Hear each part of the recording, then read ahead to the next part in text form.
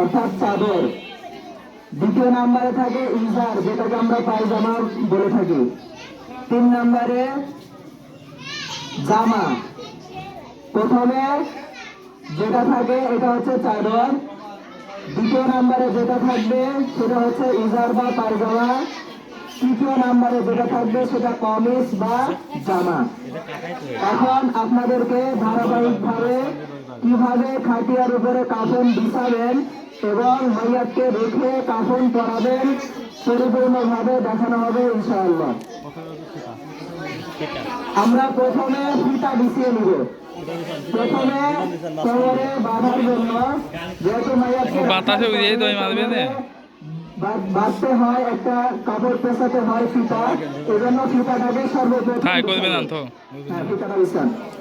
ফিতা বিছানো শেষ হয়েছে, এখন কাজ হচ্ছে চাদর, লেফাফা যেটাকে বলা হয়, আমরা চাদরটা বিছাবো। অর্থাৎ সব থেকে বড় কাপড় যেটা, সেটাকে আমরা আগে বিছাবো।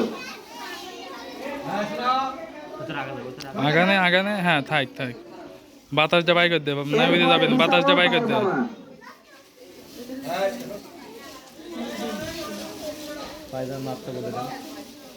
পায়জামার মাপ লেফাফার বরাবর হয় বা 1 ইঞ্চি ছোট হয়ে থাকে।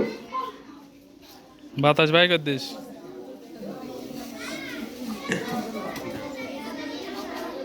এরপরে বিছাবো জামা। জামা বিছানোর সময় খেয়াল রাখবো যে মাইয়াতকে রাখার পরে যেহেতু আমার কাফনের কাপড় যেটা আছে এটাকে পেঁচাইতে হবে, তাই জামাটা এমন ভাবে বিছাবো যেন জামাটা গলা দিয়ে পরিয়ে দেওয়ার পরে আমার পায়জামা এবং লেফাফা যেটা আছে সেটাকে আমি পেঁচাইতে পারি, এতটুকু পরিমাণ খালি রেখে তারপরে মাইয়াতকে রাখবো।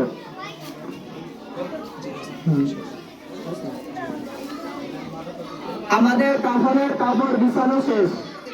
প্রথম বিছাইছি আমরা যেটাকে সহজ ভাষায় বললে যেটা চাদর, তারপরে বিছাইছি পায়জামা, তারপরে বিছাইলাম জামা।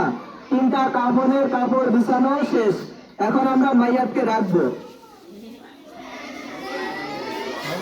মাইয়াতকে এমন ভাবে রাখবো যে কাফনের জামা কাটা আছে, জামার গলার কাটা থাকে, ওটা রাখলে এরপরে ভাঁজটা উল্টাইলে যেন মাথা দিয়ে ঢুকে যায়, এরকম করে রাখতে হবে।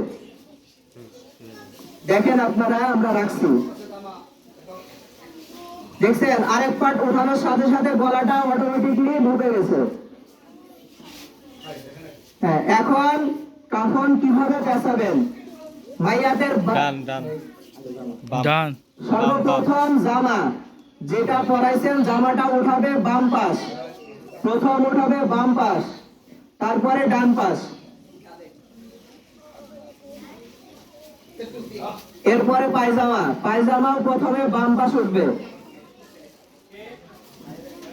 এরপরে ডান পাশ উঠবে, এরপরে চাদর সর্বশেষ, চাদরেরও বাম পাশ আগে উঠবে, এরপরে ডান পাশ উঠবে।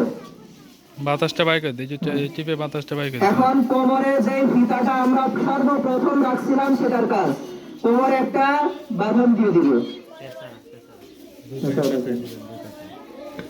এটা মজবুত বাঁধন দেওয়ার দরকার নেই, এটা পেঁচায় রেখে দিলে যথেষ্ট, যেন খুলে না যায়, এই জন্য এটা দেওয়া, কাফনের কাপড়টা যেন খুলে না যায়। এখন মাথা,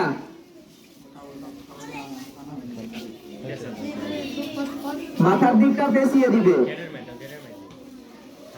বা কোনো ফিতা থাকলে বেঁধে দিবে। এরপর পায়ের দিকটা পেঁচিয়ে বেঁধে দিবে।